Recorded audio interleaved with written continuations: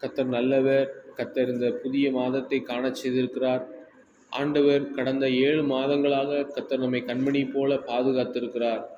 தேவன் நமக்கு அடைக்கலமும் பலனும், ஆபத்து காலத்தில் நமக்கு அனுகூலமான துணையுமானவர் என்று வேதம் சொல்கிறது. ஆகையால் இந்த மாதத்திலையும் கூட ஆண்டவர் கொடுத்த வாக்குத்தத்த வசனம் ஏசாயா 54:10, மலைகள் விலகினாலும் பர்வதங்கள் நிலை பெயர்ந்தாலும் என் கிருபை உன்னை விட்டு விலகாமலும் என் சமாதானத்தின் உடன்படிக்கை நிலை பெயராமலும் இருக்கும் என்று உன்மேல் மனதுருகிற கர்த்தர் சொல்லுகிறார். அல்லேலூயா. மலைகளே விலகி போகலாமா? என்னைக்காவது மலை எங்கேயாவது நவுண்டு போயிருக்குமா? இந்த மலையாவது நவுண்டு போயிருக்கா? பார்த்துருக்கீங்களா?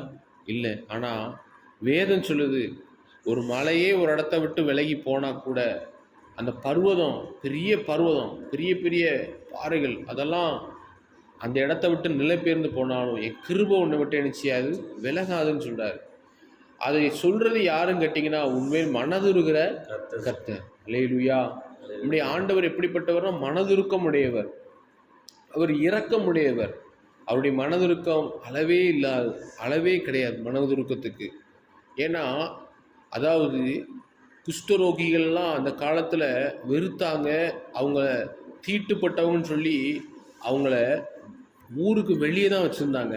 ஆனால் இயேசு என்ன செஞ்சார்னா, குஷ்டரோகி மேலே மனதுருகி அவனை தொட்டாருன்னு சொல்லியிருக்கு. குஷ்டரோகினா உடம்பு ஃபுல்லாக அழுகின நிலமையில இருக்கும். ஆனால் இயேசு மனதுருக்கு உடையவராக இருந்ததுனால கையினால் தொட்டு அவனை சுகமாக்கினார். காரணம் என்னன்னா, அவர் மனதுருகிற கர்த்தர். அதுபோல் அந்த வாலிபனை, மரித்து போன வாலிபனை பாடையில் தூக்கிட்டு வராங்க. அவனுக்கு, அந்த விதவைக்கு ஒரே ஒரு பையன்தான். அந்த பையனும் இறந்து போயிட்டான். ஊரில் நாயனூருங்கிற அமையன் அந்த ஊர்லேருந்து கொண்டு வரும்போது இயேசு என்ன செஞ்சார், பாடையில் தூக்கிட்டு போயிட்டு இருக்கும்போது மனதுருகி அந்த பாடையை தொட்டார். அந்த வாலிபன் உயிரோடு எழுந்தார். அல்லேலூயா. ஆகவே அவருடைய மனதுருக்கம் நமக்கு என்ன செய்யும் கேட்டிங்கன்னா, அற்புதங்களை செய்யும். அந்த மனதுருகிற கர்த்தர் நமக்கு என்ன செய்வார், அற்புதங்களை செய்வார். அல்லேலூயா. என் மேலே யாருமே அக்கறையாக இல்லையே, என் மேலே யாருமே கரிசனையாக இல்லையே, நம்ம ஒரு நாள் நினைச்சக்கூடாது, கவலைப்படக்கூடாது, சோர்ந்து போகக்கூடாது. ஏன்னா பைபிள் தெளிவாக சொல்லுது, உன்மேல் மனதுருகிற கர்த்தர் சொல்லுகிறார். உன்மேல் மனதுருக்கமாக இருக்கிறார். யாரு? கர்த்தர், ஆண்டவராய் இயேசு. நம்ம மேலே மனதுருக்கமாக இருந்ததுனால தான் நம்முடைய மீறுதல் நிமித்தம் அவர் என்ன செய்தார், காயப்பட்டார். நம்முடைய அக்கிரமம் அவர் நொறுக்கப்பட்டார். சிலுவையில் அடிச்சு நொறுக்குனாங்க. அவர் உடம்ப சுக்குநூறாக மாற்றினாங்க. எல்லாத்துக்கும் அவர் ஒப்பு கொடுத்தார். காரணம் என்னென்னா, நான் என் ஜனங்களை நரகத்தில் விடக்கூடாது, பாவத்தில் அவங்க அழிஞ்சு நரகத்துக்கு போயிடக்கூடாது, அவங்கள நான் ஆசீர்வதித்து பரலோகத்துக்கு கொண்டு வரணும். இந்த பூமியிலையும் ஆசீர்வதிச்சு, இந்த பூமியிலையும் நம்மளை மேன்மையாக வச்சு பரலோகத்துக்கு கொண்டு போகணும். அதுதான் தேவனுடைய சித்தம். இந்த பூமியில் நம்ம அப்படியே பஞ்ச பரதேசின் மாதிரி அலைய விட மாட்டார். கர்த்தரை நம்புகிறவனோ செழிப்பான். கர்த்தரை நம்புகிறவனோ செழிப்பான். இயேசுவை நம்பி முழங்கால் பிடிட்டு செபிக்கிற எந்த மனுஷனையும் ஆண்டவர் வெட்கப்படுத்தவே விட மாட்டார். ஏன்னா அவர் நீதியின் சூரியன். அவர் நம்ம மேல உதிக்கும் போது என்ன நடக்குமா, நம்ம கொளுத்த கன்றுகளை போல வளருவோம் சொல்லுது. ஆகவே மனதுருக்கமுடைய கர்த்தர் நம்ம மேல அவர் சொன்ன வார்த்தை, கிருபை உன் கூட இருக்கும், என் கிருபையும் சமாதானமும் உன்னை விட்டு என்ன செய்யாது, நிலை பெயராதுன்னு சொன்னார். பழைய ஏற்பாட்டில் பாருங்க, ஆமேன், அவர் அழைத்த ஒவ்வொரு மனிதனுடையும் ஆண்டவருடைய கிருபையும் சமாதானமும் கூட போயிட்டே இருந்துச்சு. ஏன்னா அதனால தான் ஆமேன் ரோமரில் நம்ம வாசிக்கிறோம், அழைத்த அழைப்பும் கிருபை வரங்களும் மாறாதவைகளாக இருக்கிறது. அவர் அழைத்த அழைப்பும் கிருபை வரங்களும் மாறாதவைகள். பாருங்க, ஆபிரகாம் கூடவே வந்துட்டு இருந்தார் சகோதரன் லோத்து.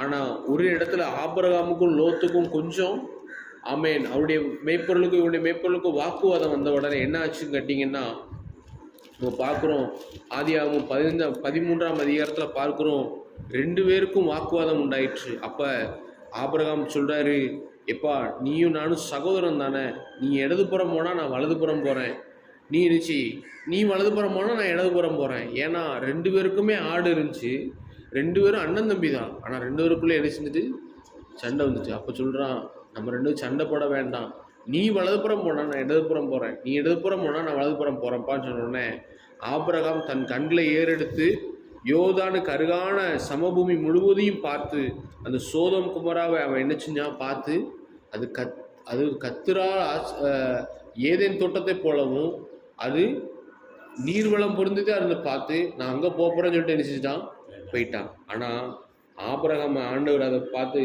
அதாவது லோத்து ஆபிரகாமை விட்டு பிரிந்த பின்பு 13ஆம் அதிகாரம் 14 வருஷத்தை தெளிவாக இருக்குது. ஆண்டவர் சொல்றாரு, லோத்து ஆபிரகாமை விட்டு பிரிந்த பின்பு, மலைகள் விலகி போன பிறகு, பர்வதங்கள் அவனை விட்டு போன பிறகு, ஒரு ஆதரவாக இருந்த ஒரு சகோதரன் போன பிறகு கர்த்தர் சொல்றாரு, நீ இப்போ கிழக்கையும் மேற்கையும் வடக்கையும் தெற்கையும் நோக்கி பார்.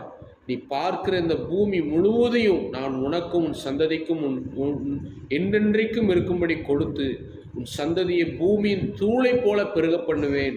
ஒருவன் பூமியின் தூளை எண்ணக்கூடுமானால் உன் சந்ததியும் எண்ணப்படும். நீ எழுந்து தேசத்தின் நீளம் எவ்வளவோ அகலம் எம்மட்டுமோ அம்மட்டும் நடந்து திரி, அதை உனக்கு தருவேன் என்றார். அல்லேலூயா.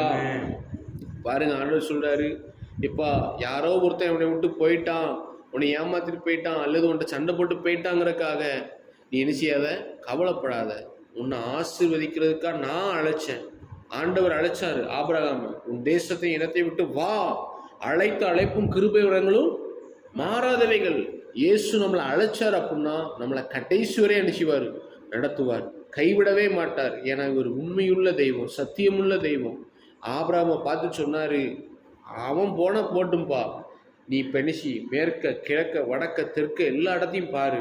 நீ எங்கெல்லாம் நடந்து சுற்றி திரிவியோ உன் கால் படுற இடம்லாம் உனக்கு அனுப்பிச்சுவேன், தருவேன்னு சொன்னார் ஆபிரகாமுக்கு.